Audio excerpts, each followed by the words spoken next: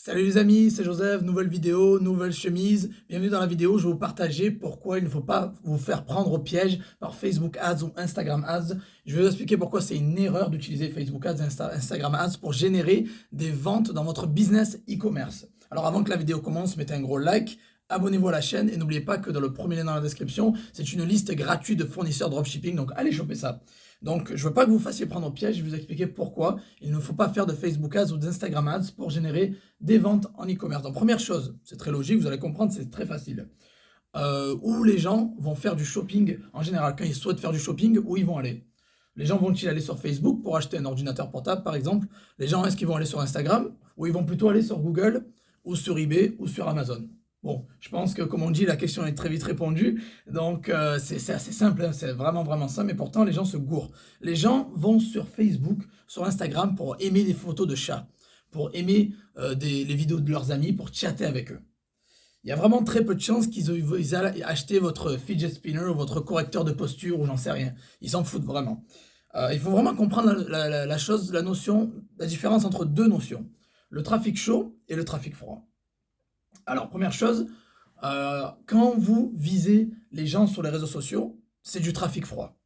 Pourquoi? Parce que les gens, ils vous connaissent pas, ils sont pas là pour faire du shopping, ils vous ont trouvé au hasard, vous les avez visés avec ou une campagne CBO ou par leur intérêt, et c'est pas parce qu'ils ont liké une photo de chat à l'époque ou qu'ils ont liké une page de chat qu'ils vont acheter votre griffoir pour chat ou j'en sais rien. Pas du tout. En gros, pour faire court, les gens sont sur les réseaux sociaux pour chiller, pour parler à leurs amis.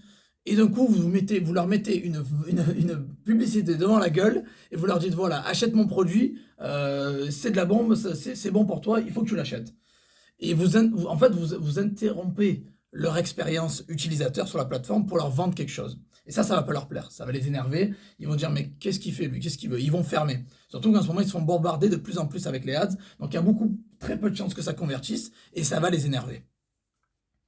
Et en plus de ça, avec le trafic froid, ça convertit pas beaucoup et ça marche très peu. Donc, et le budget que vous allez utiliser est très élevé. Et au maximum, vous allez pouvoir vendre quoi? Des produits à 10, 15, 20 euros maximum. Vous ne pouvez pas faire du high ticket. Et l'argent est dans le high ticket. Donc, vous allez vendre des produits qui servent à rien à 20 euros et vous allez payer 20 euros de publicité, vous allez vendre un produit à 20 euros, vous allez perdre de l'argent. Et la deuxième chose, la deuxième notion qu'il faut comprendre, c'est le trafic chaud. Alors, le trafic chaud, qu'est-ce que c'est? C'est les personnes qui ont l'intention d'acheter quelque chose, qui recherchent activement quelque chose sur le net, c'est-à-dire sur Google, sur eBay ou sur Amazon. Ils tapent les mots-clés sur Google et bam, votre annonce apparaît devant leurs yeux. Par exemple, je cherche ordinateur portable, boum, je tombe sur le site qui vend des ordinateurs portables. Oh, bah ça me paraît très logique. Enfin, voilà, enfin une bonne chose. C'est plutôt efficace, qu'est-ce que vous en pensez? C'est comme ça que ça marche. C'est ce qui se passe sur Google ou sur les marketplaces, par exemple. L'utilisateur tape un mot-clé, on lui a mis le bon produit au bon moment devant la bonne personne. Parce qu'il a l'intention d'acheter ou du moins de se renseigner fortement sur un produit. Et il a donc beaucoup plus de chances de convertir et vous allez avoir des coûts de publicité beaucoup moins élevés.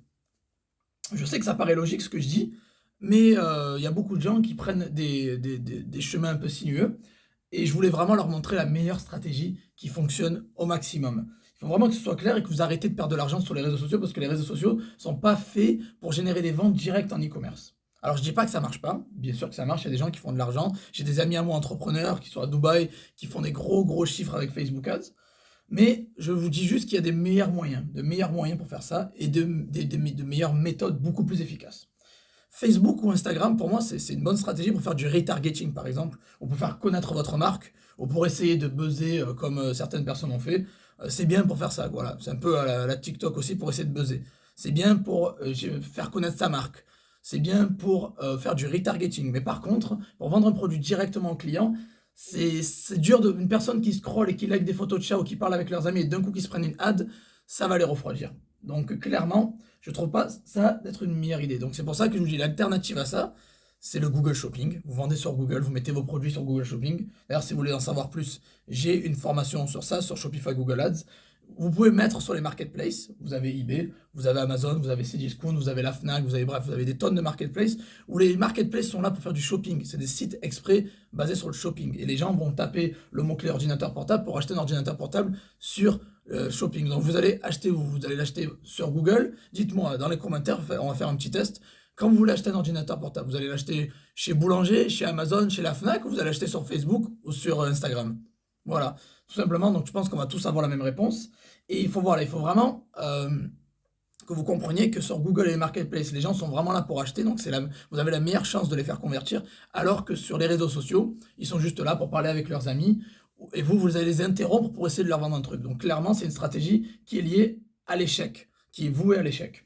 Donc voilà, donc j'espère que vous avez bien compris cette vidéo et que vous avez aimé ça. Si c'est le cas, nous mettez un beau like, abonnez-vous à la chaîne et n'oubliez pas d'aller checker le premier lien dans la description. C'est une liste gratuite de fournisseurs dropshipping pour votre business. Voilà, donc merci à tous et on se revoit dans la prochaine vidéo les amis. Ciao, ciao.